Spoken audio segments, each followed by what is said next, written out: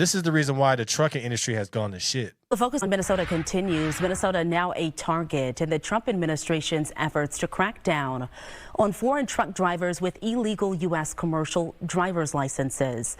U.S. Transportation Secretary Sean Duffy also calling out CDL trading providers. Fox 9's Karen Scullen has more on what all of this means tonight. So, Karen, what does the administration mean if we take a step back really quickly?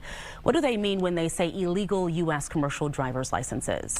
Well, right, it can actually mean a number of things, but in a letter to Governor Walz and Public Safety Commissioner Bob Jacobson, a few examples are given of immigrants from Somalia, El Salvador, Ukraine, and other countries where these drivers were issued Minnesota CDLs that are valid for years after their documents that give them the right to work in this country actually expire. We're talking by a few months to even 4 years in some cases. So if they were issued a CDL in, say, 2025, it might be good until 2029, but actually their work papers expire in 2026.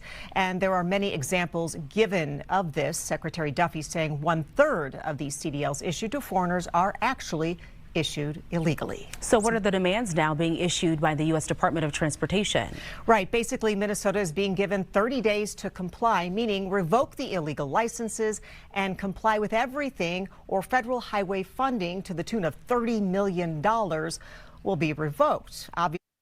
I love this, and I love the fact that we got an administration that's going to actually impose what they're actually saying. Does it make sense to have a CDL license and you're here on a work visa, which is cool, but your CDL license lasts longer than your work visa?